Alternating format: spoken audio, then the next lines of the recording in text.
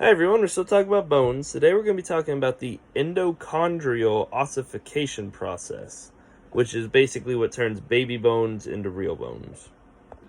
So as you can see here, we start with our baby bones. Very simple, just cartilage. It's what makes up babies. It's why they come, well, they don't come out easy, but it helps let the mother birth them. Then what we have is blood vessels connecting to this cartilage. Now what they do is they bring in osteoblasts and deposit this soft soft bone collar on it, right? And this is what helps this is the starting of the formation of bone.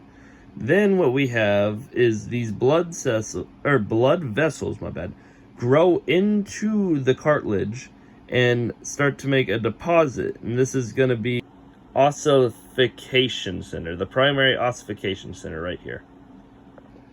Then, as the bone collar here starts to grow, it starts to become hard bone or compact bone. And then what happens over top of that is the periosteum starts to form. That's what goes on the outside of this compact bone. Then the portion in the center here, I forget what it's called already, starts to become the medullary cavity, where all of our where the bones get the blood and everything. That's where our arteries and all that run into. And then the formation up here is still that cartilage from the baby bones all the way here at the beginning. And as the first ossification site here starts to dwindle down as the structure it needs to build is done, we move to the second ossification site, which is actually in the end of the bone, or the future articular cartilage up here.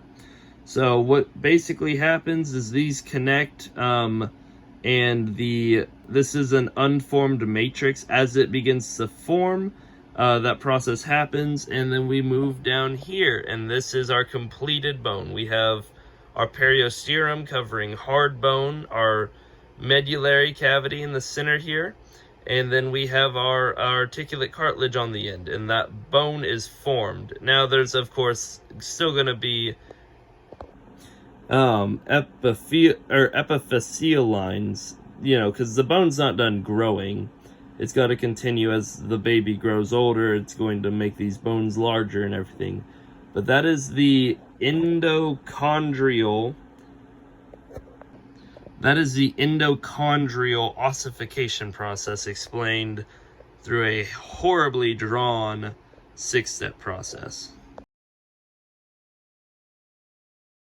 Now we're moving on to bone repair and the 4 stages of that.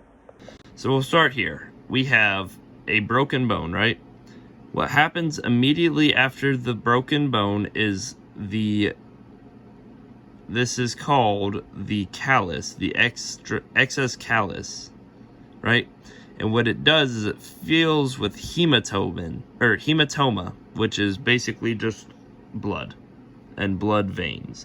And so into the second step, we get the formation of these bony cell trabecules, as well as more formations of blood cells going into these areas to supply them with the nutrition that they need to grow spongy bone.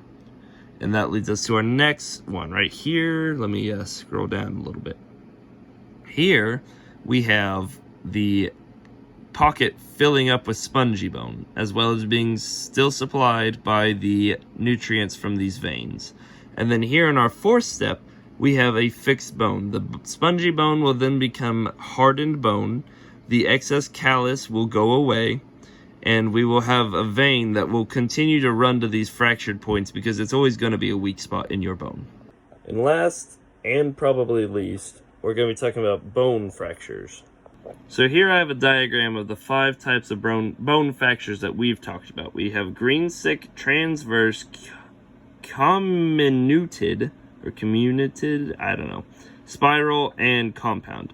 Now we'll start with the compound, because compound bone fractures are when you break the bone and it sticks out of the skin.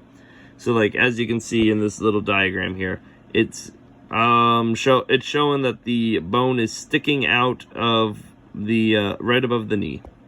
Now we have spirals. This is more of like a, I guess if you got an Indian rug burn on steroids, it's the fact that you spin the bone is what causes the fracture. A comminuted or comminuted, whatever it is just a bone fracture in several different places. A transverse is a clean break, and then a green stick is basically a half break, or a, what is it, microfracture. Basically anything that doesn't go clean through the bone will be a green stick.